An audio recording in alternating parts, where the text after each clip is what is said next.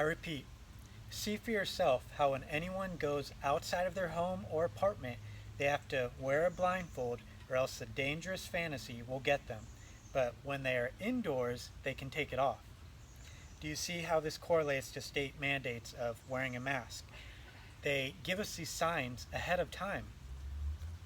When you go out into man-made culture overrun by banks, corporations, governments, institutions, and the like, you are forced to believe something. Reflect on that. Later on, the mother loses her children. She gets so desperate that she stops listening to the echo of society with all of its implanted ideas from mainstream religion to compulsory education, and instead yells, "Listen to my voice. Listen to me."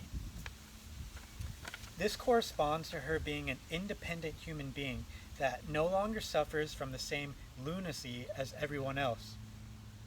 To conclude, once they reach the safe zone, that they encounter souls that are immune because they are born with enough intuition to perceive reality through the illusion.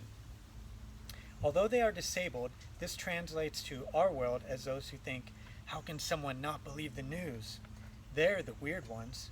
There must be something wrong with them. They must be blind to what's happening. Do you see the irony? Then again, it's not as if politics is corrupt and subject to bribery and blackmail, and it's definitely not as if the state is the editor-in-chief of all the mainstream narratives that we are to accept unquestioningly. Once Sandra Bullock has left the realm of hallucination, the virus we're all so afraid of, she chooses to call the kids by their names because now they can be truly free individuals. The recommended reading for today is by Henry David Thoreau. It's called Walden. The second one is Self-Reliance by Ralph Waldo Emerson. Both of these guys are transcendentalists, and they have many great works, but these are two really good places to start from. They help you to show, they help to show what's true, what's real, what's eternal, so you can automatically see through all the fake stuff that's always pressed on all of us. The accompanying documentaries for today, the first one is actually a shorter video clip that's meant to kind of just open your eyes. When you leave the farm, your mind is free by Truthstream Media, and it kind of just relays to the viewer all the things that we're meant to think are so important, or all the things that we should argue over, like all the things we should value, from fiat money to that all laws have to be obeyed no matter where they're coming from or who says them, or why we even give authority away in the first place.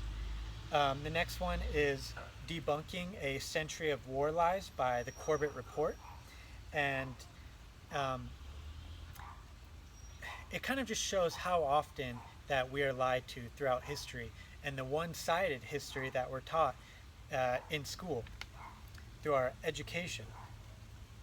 And for me, a common practice is whenever I see something in the news, I automatically think the opposite. So for example, oh, if we do a really good job in the next 2 weeks, this will all be over. I was like, crap, how long is this going to last? Just like when an economist already knows the upturn or downturn that's going to happen in the market, but they'll say the opposite of what's going to happen to either make people or a certain company gain money and other ones lose money.